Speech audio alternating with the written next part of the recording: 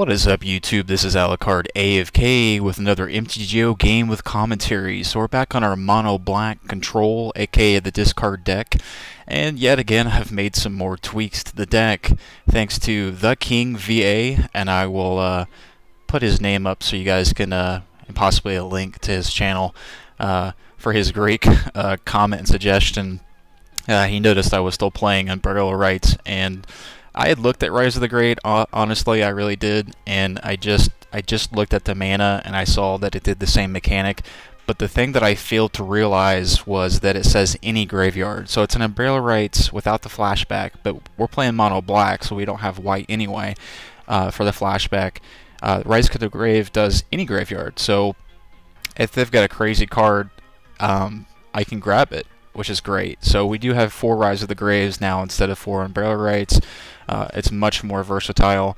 We throw some more control-based cards in here. I basically do what I do in everything. I have an app on my Galaxy that I can just look through. I think it's called the Tapped MTG app, and it's just like any other thing, like the Gather or anything else. You can search for standard set, the color that you want, black of course, and what's the ability that you're looking for. So I was looking for destroy, more creature ability things, and you know, more control-based stuff. And I had seen Stab Wound. In fact, I already had to, but Stab Wound's pretty versatile. Enchanted creature gets -2/2, which is fine by itself because you can almost eliminate those creatures by doing that. But if it's a bigger creature, it still benefits you because at the beginning of your upkeep, enchanted players, the creature controller, they lose 2 life. So that's pretty nice. And I've even seen people destroy their own creatures just because they don't want to keep losing those 2 life. So they waste mana. You've done what you needed to do for 3. So pretty nice. Like the card art. Got a Stab Wound there. So. And like you'll see some of the versatile cards that we've put in here. So we have 3 Swamps, 1 Vampire Nighthawk, 1 Garrus Messenger, and those are pretty much the main creatures in the deck. I was playing Black Cat. For 2 mana, you bring out him, and he's a 1/1, and if he dies, they discard a card at random. But I found that the rats have been around since, oh gosh, 10th edition maybe, and I've played this before in rat decks, not so much in discard decks because we've had more powerful cards, but now that all those stuff is rotated, I've decided to throw those guys in here. So when they enter the battlefield, they're still a 1/1 for 2 mana, but they automatically discard a card at random when they enter the battlefield. Another good comment was Appetite for Brains, and of course, like I said, I've seen these cards, I just hadn't put it all together in my head that they may be good in this deck. So there's 4 Appetite for Brains in here, and it actually works pretty well. So enough of the initial chatter, let's get into this. Oh yeah, I do have 1 Reclaimer Tower. I've kept this in here before when I was playing my Grizzle brand, just so we could, you know, pull 7 cards and not have to worry about discarding a bunch of cards. So he's been in 2 of these. There's only 2 in the deck, but that's usually all we need. We usually get at least 1 of them. So, and then of course, you know, we have people causing us to draw cards and stuff. So Rites of Flourishing and things. So we don't want to, you know, overpopulate our hands. So with those, there's 24 lands, so that means there's 22 swamps and 2 of these Reclaimer Towers, so that's pretty good for control deck. So he brings out a Gravecaller. He's a 2/1 for 1, can't block, and you can cast it from your graveyard as long as you have control a zombie. So there's the Ravenous Rats that I was just talking about, and I got some of the older editions. So this is 8th edition. When, like I said, when enters the battlefield, target opponent discards a card, and we're going to go ahead and play that.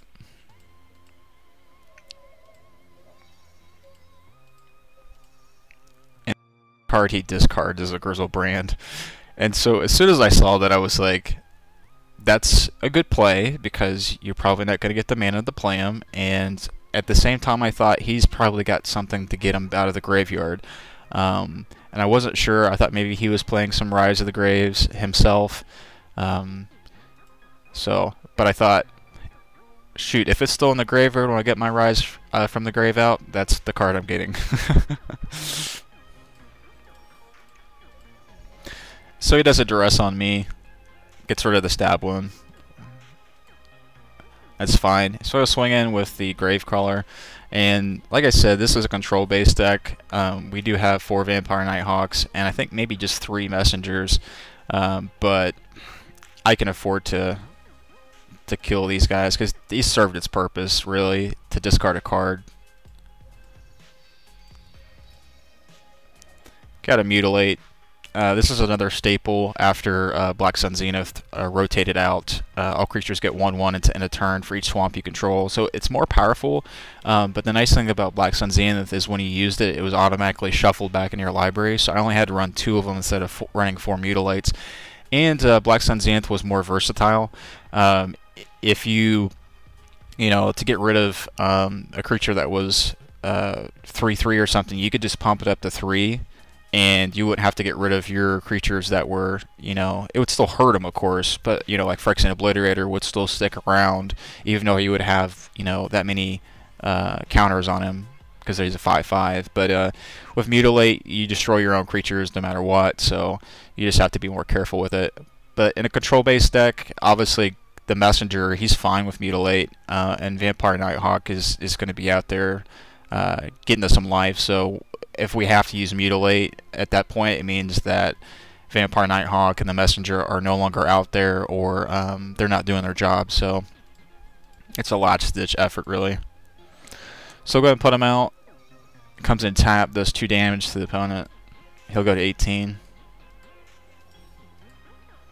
So Overgrown Tomb, so he's going to be a black-green. I don't really rarely ever see any mono-colored decks anymore, which is nice that I'm still able to play mono black. Granted, not as powerful as it once was, but I think that the cards are just a different flavor. You know, I could see me playing this deck even with some of those other cards if they were still in play. It's just a different speed. So do Grizzly Savage, and I can't tell you, you've seen me record at least 2 or 3 of these games where I've played a Grizzly Savage deck. They're just not fast. They're not fast enough. You know, against the mono red deck that I'm playing, it destroys them in fast order, and then when they do bring their creature out, we just kill it. So especially in this deck with the murders that are in this, I mean, I could stick around and wait for them to bring something out and just destroy it, and then they're pretty much, you know, lost the leg, so to speak, if they ever ramp up to what they're trying to get. So he revealed his hand, and he's got another Grizzly Savage, Abrupt Decay, which is nice. Destroy target non-land permanent with converted mana cost 3 or more or less. The Lilith Troll, so it's a basic black-green Grizzly Savage, and then you'll have Gnaw to the Bone, which will give him life for as many creatures as he has in the graveyard. So very predictable. Another Swamp. Gonna put Vampire Nighthawk out. He'll go to 13. So out comes the Troll. And there's the Appetite for Brains. So we'll go ahead and play that.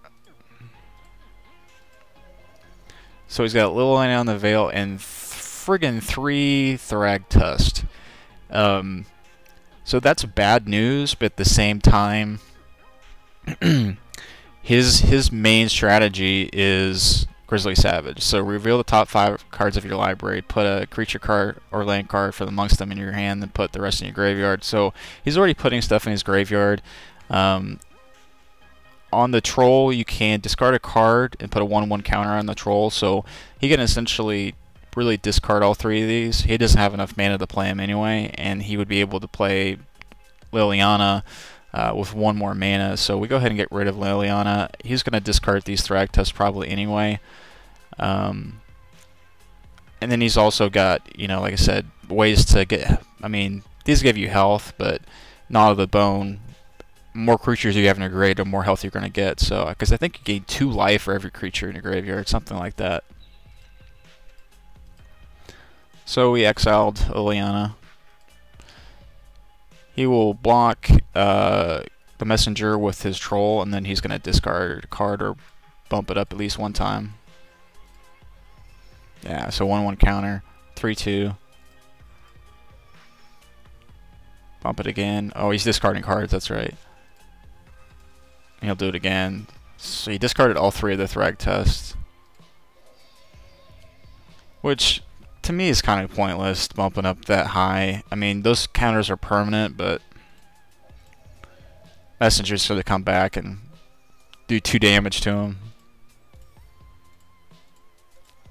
So bring out a Gravecrawler.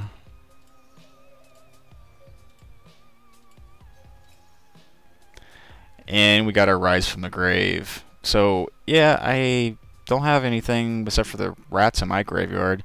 Thragtusk I thought would be pretty sweet. They're 5/3s, and you gain 5 life, and when they die, really powerful card that I wouldn't be able to play normally. But he's on the ground, and I don't really need the health, so I just go for the kill and get Grizzlebrand, which I can also get some card advantage that way. So that's what I go for. And once again, thanks King for that suggestion. So Grizzlebrand comes out, and now he's a legendary creature, Demon Zombie, because he's a zombie in addition to his other types. Flying lifelink, pay 7 life, draw 7 cards. The funny thing about this is that I have one of these in this deck right now, and I never seem to grab him unless it's late game, which is where you kind of want him anyway. Because he is insane cost. The best thing to do is cheat him into the field, just like this. So, like, do a discard ability on yourself, put him in your graveyard. But that's not such a wise idea with Rise of the Grave now. So you would have to do it all one fell swoop. You would have to discard that card, because Rise of the Grave is a sorcery. So on your turn, you could discard it. And get him onto the field with a Rise of the Grave, but you would have to have already 6 mana, and Grizzlebrand is, well, still a little bit less than what it would cost to actually put him on the field by yourself. So, but yeah, I usually just play him straight in this deck. There's just one, so it's nice that we come out. So I'm not going to do the 7 cards at this point. I'm going in with just the Vampire Nighthawk.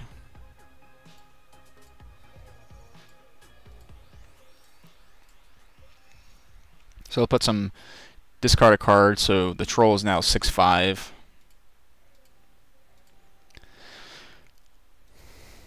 There's not much he can do here. He has 7 health, and just with Grizzlebrand swinging in, it's going to kill him. So I go ahead and just block the Gravecrawlers.